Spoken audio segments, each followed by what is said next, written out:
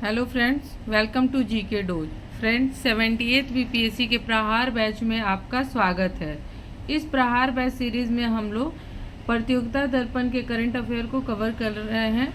इससे पहले हम लोग ने प्रतियोगिता दर्पण सीरीज़ में जनवरी के करंट अफेयर को कवर किया है, जनवरी 2024, ठीक है।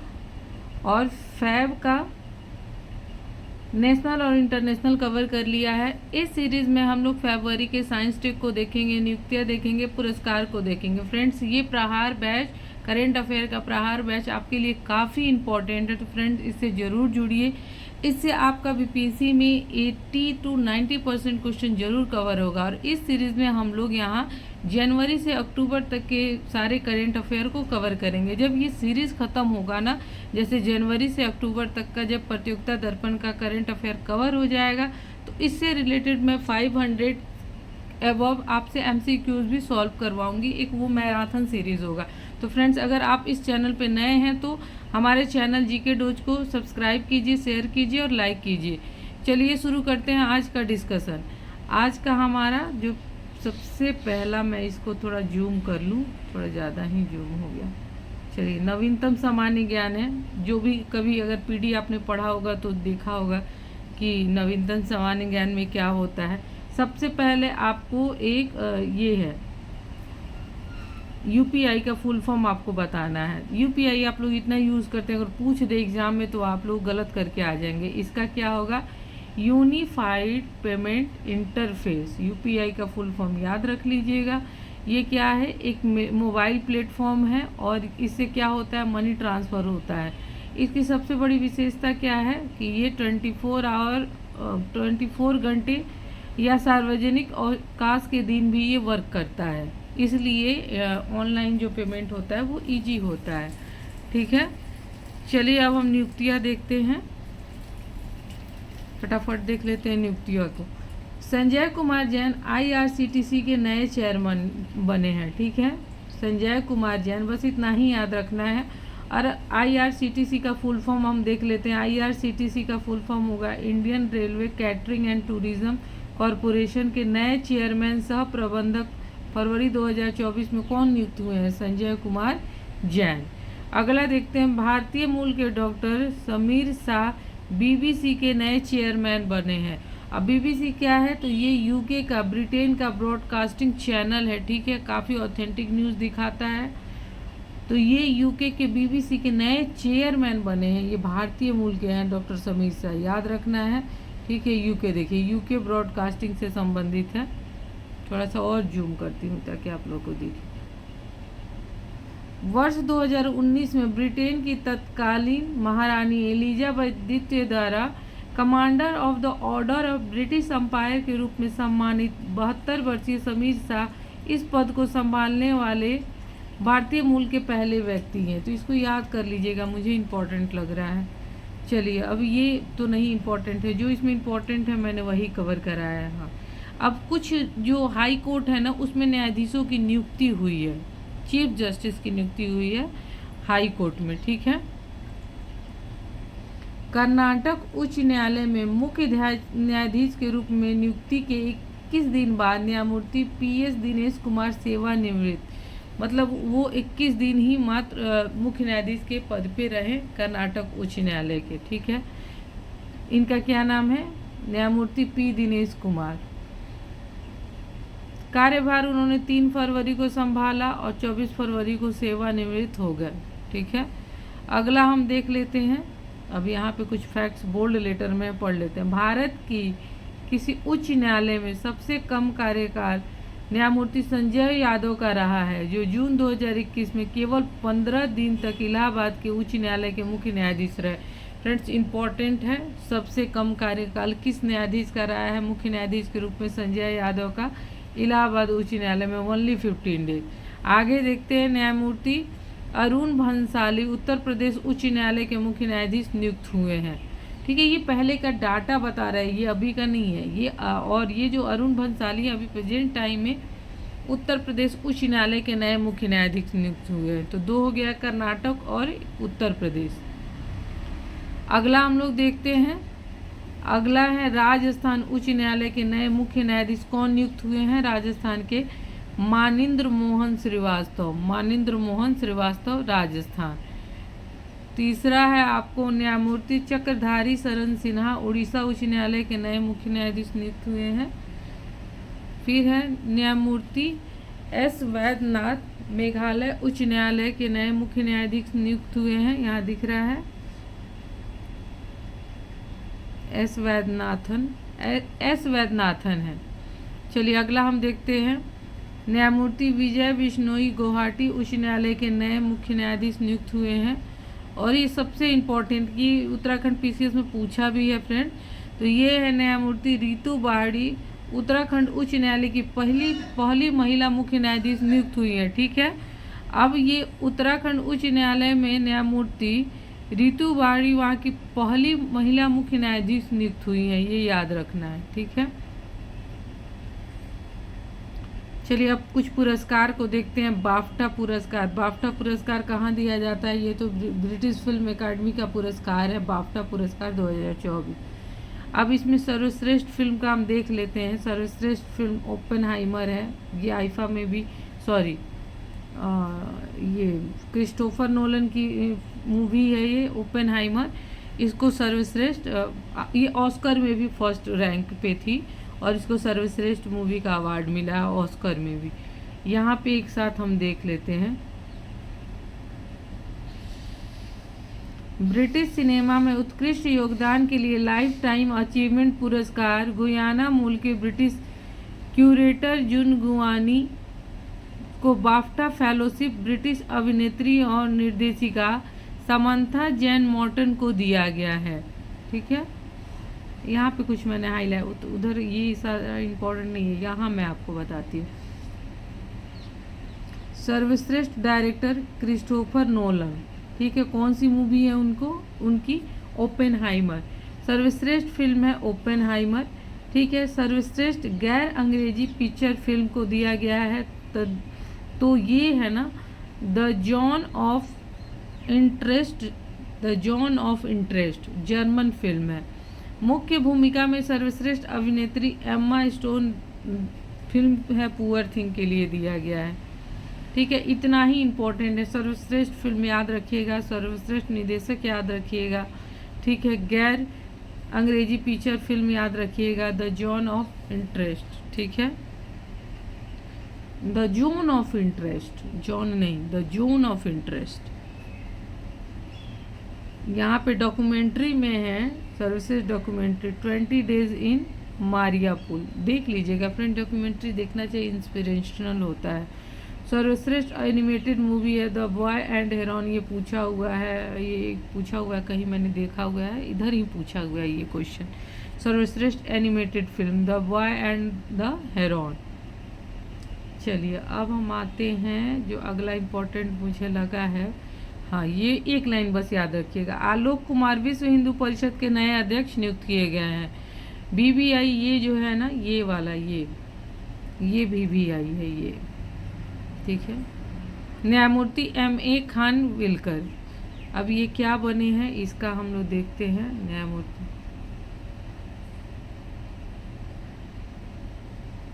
न्यायमूर्ति अजय मानिक राव खानविलकर लोकपाल के नए अध्यक्ष बने हैं। ठीक है, डबल ट्रिपल स्टार मार्क।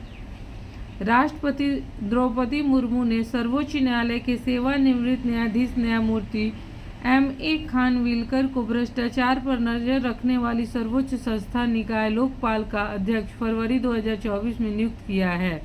न्यायमूर्ति पिनाकी चंद्र घोष के मई 2022 में अपना कार्यकाल पूरा करने के पश्चात लोकपाल प्रमुख का पद रिक्त था। यानी सबसे पहले हमारे जो लोकपाल के अध्यक्ष कौन थे, तो ये थे पिनाकी चंद्र घोष। ठीक है, पिनाकी चंद्र घोष थे, यहाँ दिया हुआ है, ये पिक पे मैंने टिक नहीं किया है, ये पिनाकी चंद्र घोष पे टिक किया है। मई 2022 में उनका कार्यकाल खत्म होने के बाद ये पद खाली था। ठीक है, उसके बाद ये नियुक्त किए गए हैं M.A. खानविलकर, ये सेकंड लोकपाल अध्यक्ष है। लेकिन जो ये पद रिक्त था तो उसके बाद देखिए यहाँ पे मैं दिखाती हूँ, एक कार्यवाहक अध्यक्ष नियुक्त थे। ठीक है, लोकपाल के न्यायिक सदस्य न्यायमूर्ति प्रदीप कुमार मोहंती कार्यवाहक अध्यक्ष के रूप में कार्यभार संभाले हुए थे। न्यायमूर्ति पिनाकी चंद्र घोष देश के पहले ही लोकपाल थे। ये तीनों इम्पोर्टेंट है। फर्स्ट लोकपाल कौन थे, फिर कार्यवाहक कौन थे, कार्यवाहक क्या कौन से होंगे, प्रदीप कुमार मोहंती, और अभी सेकंड कौन नियुक्त हुए हैं, न्यायमूर्ति M.A. खानविलकर। चलिए अब हम इसमें देख लेते हैं कैसा इसका स्ट्रक्चर होता है लोकपाल का। लोकपाल में अध्यक्ष के अतिरिक्त 8 सदस्य, 4 न्यायिक और 4 गैर न्यायिक हो सकते हैं। ठीक है, अब हम इसमें देख लेते हैं ज्ञानपीठ पुरस्कार है फ्रेंड्स, इंपॉर्टेंट है।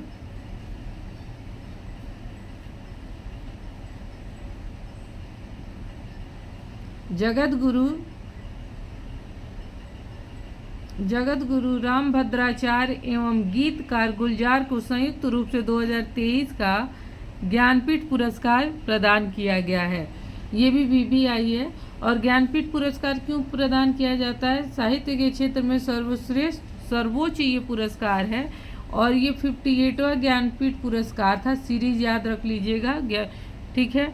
और ये संस्कृत भाषा के वेद पुराण के प्रकांड विद्वान जगत गुरु रामभद्राचार्य एवं गीतकार गुलजार का पहले देखिए होता क्या है कि जो भी मतलब राइटर होते हैं ना, जो भी स्क्रिप्ट वगैरह लिखते हैं, उनका एक पेन नेम होता है। तो पेन नेम गुलजार है, लेकिन इनका पूरा नाम है संपूर्ण सिंह कालरा। अगर गुलजार का नाम देखा जाए तो इनका पूरा नाम है संपूर्ण सिंह कालरा। ठीक है, संयुक्त रूप से दिया गया है। और इनको उर्दू के क्षेत्र के लिए और इनको संस्कृत में वेद पुराण के ये प्रकांड है। ये नेत्रहीन है जगत गुरु स्वामी, फिर भी इन्होंने कई सारे पुस्तकें लिखी हैं, बहुत प्रकांड विद्वान हैं ये। और गुलजार को तो आप जानते ही हैं।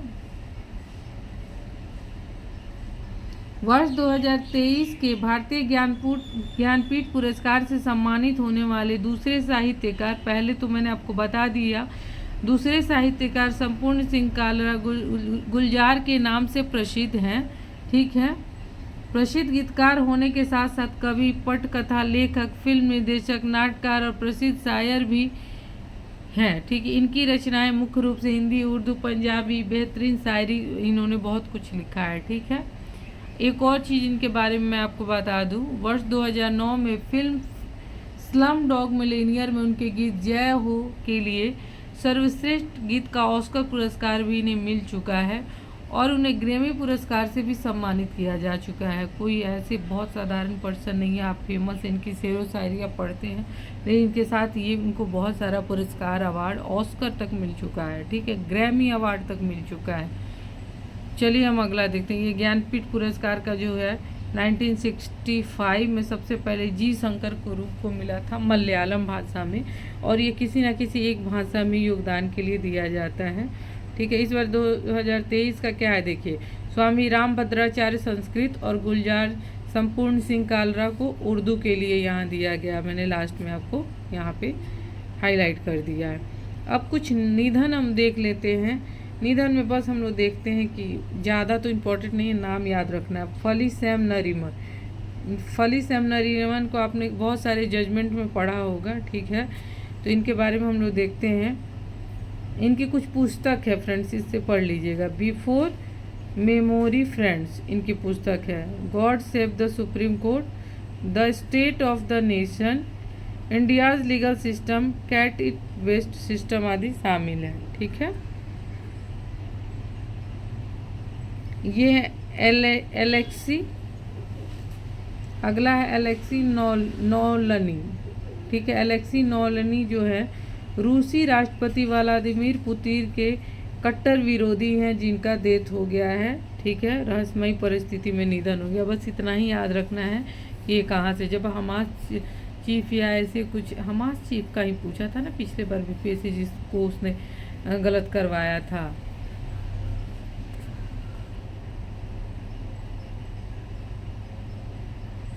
चलिए अगला हम देखते हैं। हाँ, ये बहुत इम्पोर्टेंट, जो भी बिहार का एग्ज़ाम दे रहे हैं ना, उषा किरण खान, हिंदी और मैथिली की प्रसिद्ध लेखिका प्रोफेसर उषा किरण खान का 78 वर्ष की आयु में पटना में निधन हो गया है। तो ये बिहार से हैं। इन्हें पद्मश्री पुरस्कार भी 2015 में मिला हुआ है और मैथिली की प्रसिद्ध लेखिका हैं, तो इन्हें याद रखना है, उषा किरण खान। ठीक है। जैन मुनि आचार्य विद्यासागर, ठीक है, ये जैन मुनि आचार्य विद्यासागर जी हैं।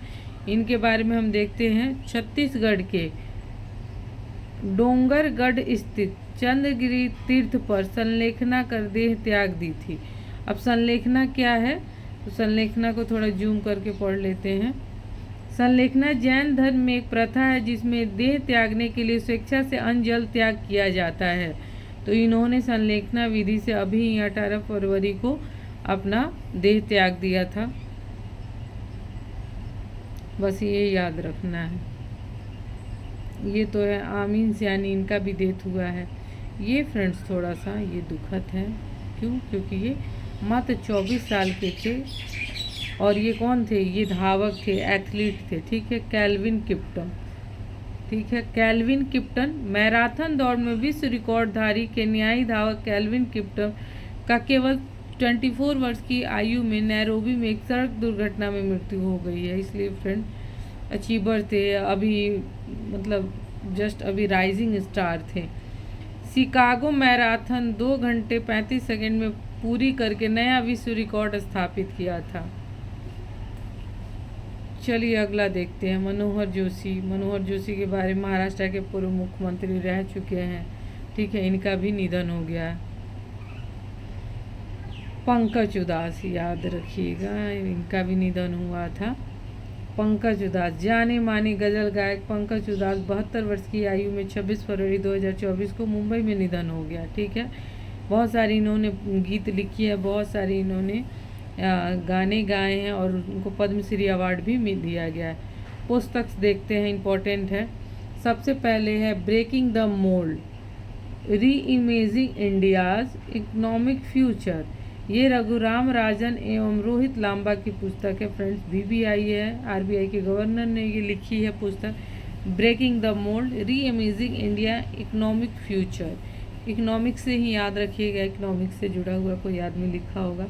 11 rules of life Chetan Bhagat की मूवी है। 14 डेज मार्गरेट एटवुड है। कीप योर फ्रेंड्स क्लोज लीह कोनेन की है, लीह कोनेन की पुस्तक है ये। चलिए अगला हम देखते हैं। वर्ष 2024 भारतीय नौसेना द्वारा नौसेना नागरिकों का वर्ष घोषित किया गया, ईयर ऑफ नेवल सिविलियंस घोषित किया गया है। अब इसमें सेना के मतलब थल सेना जल सेना दे देगा तो कंफ्यूज नहीं होना है। नौसेना ने ही 2024 को नौसेना नागरिकों का वर्ष घोषित किया है। चलिए हम अगला देखते हैं। फरवरी के कुछ इम्पोर्टेंट डेज को देख लेते हैं, क्योंकि दिया है मुझे 1-2 इम्पोर्टेंट लगा। 2 फरवरी को वर्ल्ड वेटलैंड डे मनाया जाता है, जिसे रामसर साइट का कन्वेंशन मतलब संरक्षण होता है। 10 फरवरी को विश्व दाल दिवस मनाया जाता है, ठीक है, और ये 2018 से मनाया जा रहा है। और ठीक 2018 में संयुक्त राष्ट्र द्वारा इसको अनुमोदित किया गया था, तो ये 2019 से मनाया जा रहा है विश्व दाल दिवस। चलिए 21 फरवरी को मनाया जा रहा है अंतर्राष्ट्रीय मातृभाषा दिवस, ठीक है, अंतर्राष्ट्रीय मातृभाषा दिवस मनाया जा रहा है 21 फरवरी को, ठीक है।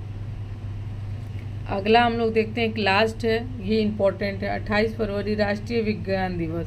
राष्ट्रीय विज्ञान दिवस क्यों मनाया जाता है? तो CV रमन जो थे हमारे भारतीय भौतिक विज्ञानी द्वारा प्रसिद्ध रमन प्रभाव की खोज की थी। इसके लिए उन्हें भौतिकी का नोबेल पुरस्कार भी 1930 में प्रदान किया गया था। लेकिन खोज कब हुई थी? 28 फरवरी 1928 को। इसी उपलक्ष्य में भारत में 28 फरवरी को राष्ट्रीय विज्ञान दिवस के रूप में मनाया जाता है। चलिए अगला हम देखते हैं आदि महोत्सव 2024। ये जो आदि महोत्सव है ना, ये जनजातियों मतलब आदिवासी और जनजातीय कलाकारों को बढ़ावा देने के लिए ये मनाया जाता है। तो राष्ट्रीय जनजातीय महोत्सव 2024 आदि महोत्सव के नाम से भी जाना जाता है, नई दिल्ली के मेजर ध्यानचंद नेशनल स्टेडियम में 10 से 18 फरवरी को संपन्न हुआ, ठीक है। आदिवासी और जनजातीय कलाकारों को बढ़ावा देने तथा उनके खान पान, हस्तशिल्प, हस्तकला को प्रोत्साहित करने के उद्देश्य से उनके उत्पादों के स्टॉल को महोत्सव में लगाया जाता है, ठीक है। 10 फरवरी को महोत्सव में श्री राष्ट्रपति की उपस्थिति में ही जनजातीय कार्य मंत्री श्री अर्जुन मुंडा ने देखिए, एक तो राष्ट्रपति उपस्थित थी, एक जनजातीय कार्य मंत्री अर्जुन मुंडा भी थे। इन दोनों ने मिलकर अनुसूचित जनजातियों के लिए उद्यम पूंजी निवेश, ठीक है, उद्यम पूंजी निवेश की भी शुरुआत की।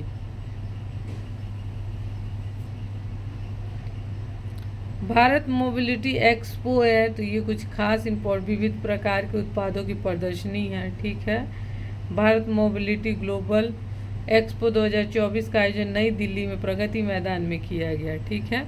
तो इसमें देखिए, इसमें कौन कौन से उत्पाद की प्रदर्शनी लगी थी? ऑटोमोबाइल, ऑटो कंपोनेंट्स, इलेक्ट्रॉनिक्स, ऐसे चीज़ों का एग्जीबिशन लगा हुआ था। चलिए, आध्यात्मिक गुरु ये सिक्का जारी किया गया, ये इम्पोर्टेंट नहीं है। भारत टैक्स ये इम्पोर्टेंट नहीं है, नई दिल्ली में ही आयोजित किया गया था। बस इतना याद रखिएगा कि जो भारत टैक्स है ना, ये आपका नई दिल्ली में आयोजित किया गया था। सूरजकुंड अंतर्राष्ट्रीय मेला देख लेते हैं। सूरजकुंड अंतर्राष्ट्रीय हस्तशिल्प मेला है, ये 37वां सूरजकुंड अंतर्राष्ट्रीय शिल्प मेला है, जो हरियाणा में फरीदाबाद में 12 से 18 फरवरी को संपन्न हुआ था। बस इतना ही याद रखना है। हस्तशिल्प है तो उससे भी याद रखेंगे आप। इस वर्ष मेले का थीम गुजरात था और तथा मेले में भागीदार देश का दर्जा तंजानिया को प्रदान किया गया था। अब यही सब क्वेश्चन बीपीएससी पूछेगा तो आप परेशान हो जाएंगे, कहाँ से पूछा है, कितना टफ। कोई टफ नहीं पूछा है फ्रेंड्स, पढ़िए, ठीक है। उसके बाद है नई दिल्ली में विश्व पुस्तक मेला 2024 का आयोजन किया गया है, तो ये भी याद रखिएगा प्रगति मैदान में। और ये 51 सीरीज था, विश्व पुस्तक मेला का प्रगति मैदान में आयोजन किया गया था। और इस वर्ष के विश्व पुस्तक मेले का थीम था भारत एक जीवंत परंपरा, ठीक है, ये याद रखना है आपको। अब कुछ युद्ध अभ्यास है फ्रेंड्स जो काफ़ी इम्पोर्टेंट है, इसमें हम देखते हैं। 5 वर्ष के अंतराल के पश्चात भारतीय वायु सेना का युद्धाभ्यास वायु शक्ति 2024 का आयोजन हुआ, ठीक है। कहाँ पे इसका ये हुआ, प्रदर्शन हुआ? राजस्थान के जैसलमेर में। और ये युद्ध शक्ति अभ्यास 2024 का आयोजन हुआ है। इस अभ्यास का थीम था आकाश से बिजली का प्रहार, आकाश से बिजली का प्रहार, ठीक है। अब इस वायु शक्ति के बारे में 1-2 और फैक्ट्स हम यहाँ पे देखते हैं क्या है। तो वायु शक्ति भारतीय सेना का 3 वर्ष के अंतराल पर होने वाला प्रदर्शन है। ऐसा पिछला वायु शक्ति प्रदर्शन 5 वर्ष पूर्व 2019 में किया गया था। इसके पश्चात रूस यूक्रेन के बाद 2022 में स्थगित कर दिया गया था। तो वायु शक्ति का आयोजन कहाँ हुआ था? कहाँ हुआ है? राजस्थान के जैसलमेर में। सेकंड देखते हैं, मिलन 24 भारतीय नौसेना का युद्ध अभ्यास है। ये याद रखिएगा किसका है? भारतीय नौसेना का। और ये भारतीय नौसेना का सबसे बड़ा संयुक्त सैनिक अभ्यास मिलन 24 विशाखापट्टनम में 19 से 27 फरवरी 2024 को संपन्न हुआ है। इस नौसैनिक अभ्यास में America, France, Japan, Australia, Bangladesh, दक्षिण कोरिया, वियतनाम, मलेशिया, इंडोनेशिया सहित 50 देश शामिल हुए थे, ठीक है।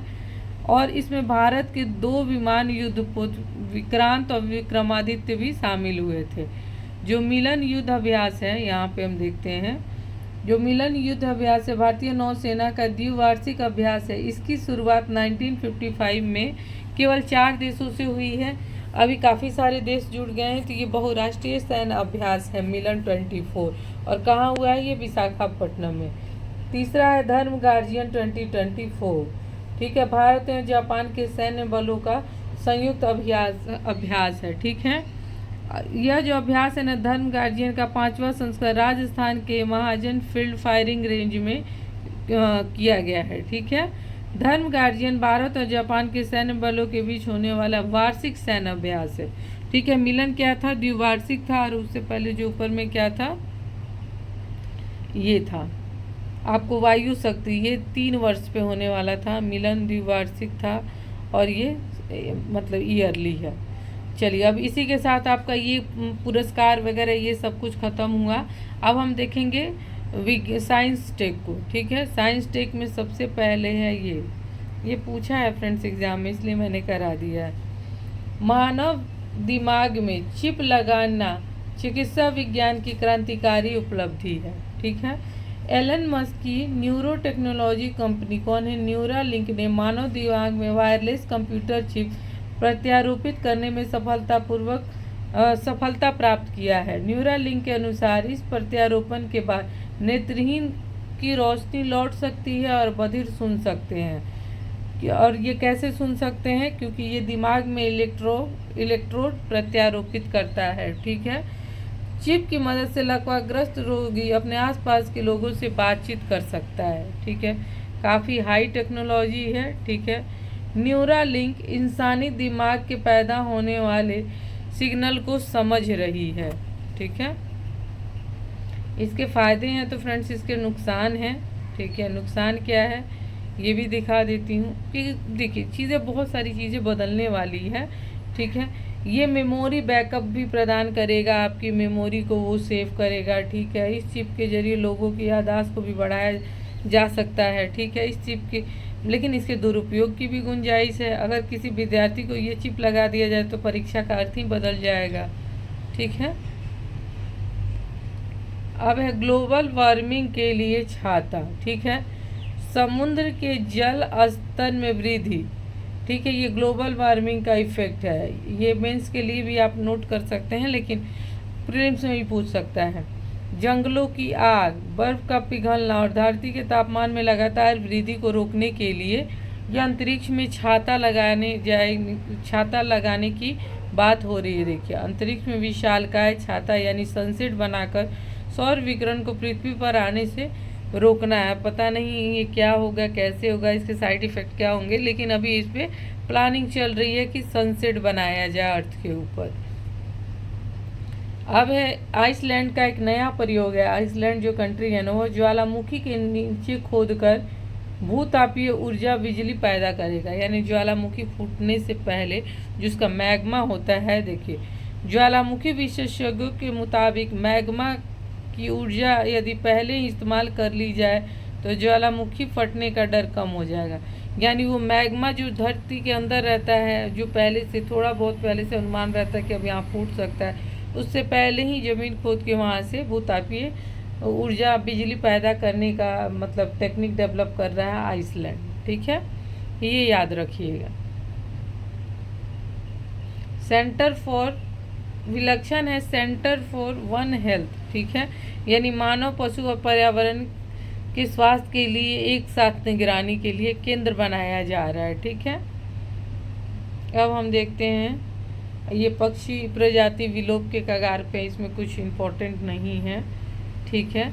घट रहा है भारतीयों का कद, ये भी कोई इम्पोर्टेंट नहीं है। हाँ ये इम्पोर्टेंट इसलिए ना कि इसमें एक दो फैक्ट है। सुदूर अंतरिक्ष में ज्वालामुखियों की दुनिया। कैसे ज्वालामुखी की दुनिया है इसको जरा जूम कर लेते हैं फ्रेंड, जूम करके। नासा ने पृथ्वी से 63 करोड़ किलोमीटर दूर ज्वालामुखियों की दुनिया की तस्वीरें जारी की हैं। यह जगह बृहस्पति ग्रह का जो चंद्रमा है आईओ है। ये जो ज्वालामुखी पाया गया है ये बृहस्पति ग्रह के चंद्रमा पे पाया गया है और काफ़ी सारे ज्वालामुखी है, बहुत सारे ज्वालामुखी है। चलिए आते हैं यहाँ देखते हैं। जूनो अंतरिक्ष यान, आपको पता है कि बृहस्पति के लिए ये वर्क कर रहा है, बृहस्पति के लिए छोड़ा गया है। ठीक है। तो जूनो अंतरिक्ष यान आईओ से सिर्फ 1500 किलोमीटर दूर से गुजरा। अंतरिक्ष यान पर लगे जो कैमरा है उन्होंने इसको कैप्चर किया है और बड़ी संख्या में आईओ पर ज्वालामुखी नजर आए। ठीक है। अब इस ज्वालामुखी का कारण नासा वाले ये मतलब रिसर्च में ये पाया है, ज्वालामुखी से भरा हुआ है आईओ अनेक फूटते ज्वालामुखियों से भरा हुआ है। ऐसा इसलिए क्योंकि बृहस्पति ग्रह और उनके अन्य चंद्रमा, बृहस्पति ग्रह का अन्य चंद्रमा यूरोपा और गैनीमीड में अपने गुरुत्वाकर्षण से अपनी ओर खींच रहे हैं और दोनों अपनी काफ़ी गुरुत्वाकर्षण से खींच रहे हैं, इसलिए उस पर दबाव के कारण ज्वालामुखी फूट रहा है। ठीक है। नतीजा यह होता है कि आईओ लगातार खींचता और सिकुड़ता रहता है, इसलिए वहाँ ज्वालामुखी फूटने और लावा निर्माण के लिए जिम्मेदार है। इसलिए देखिए ये चीज़ इंसान पे भी लागू होता है। किसी इंसान को जितना खींचेंगे, जितनी किसी निगेटिव बात पर डिस्कशन करेंगे, ज्वालामुखी फूटेगा, गुस्सा फूटेगा। तो इस चीज़ का ध्यान रखें कि अपने आप से मतलब रखें। भूजल स्तर गिर रहा है, इसमें कुछ इम्पोर्टेंट नहीं है। एक ये है फ्रेंड्स, ये इम्पोर्टेंट नहीं है लेकिन पढ़ देती हूँ। कार्बन डाइऑक्साइड के अवशोषण में पेड़ पौधे विफल हो रहे हैं, यानी पेड़ पौधे की जो कार्बन डाइऑक्साइड को जो अवशोषित करने की क्षमता थी वो कम हो रही है। तो ये काफ़ी चिंतनीय विषय है। तो फ्रेंड्स ये था आज का हमारा मतलब प्रतियोगिता दर्पण फरवरी का नियुक्ति को हमने कवर किया, हमने साइंस डे को कवर किया, पुरस्कार को कवर किया। अब कल हम लोग इस प्रहार बैच में मार्च प्रतियोगिता दर्पण को कवर करेंगे फ्रेंड्स। अगर और लास्ट में इससे रिलेटेड मैं आपका MCQs भी सॉल्व करवाऊंगी। तो ठीक है, फिर हम मिलेंगे एक नए वीडियो के साथ, नए सीरीज़ के साथ। तब तक स्वस्थ रहें, मस्त रहें और पढ़ते रहें, और हमारे चैनल को सब्सक्राइब करें, शेयर करें, कुछ लोगों का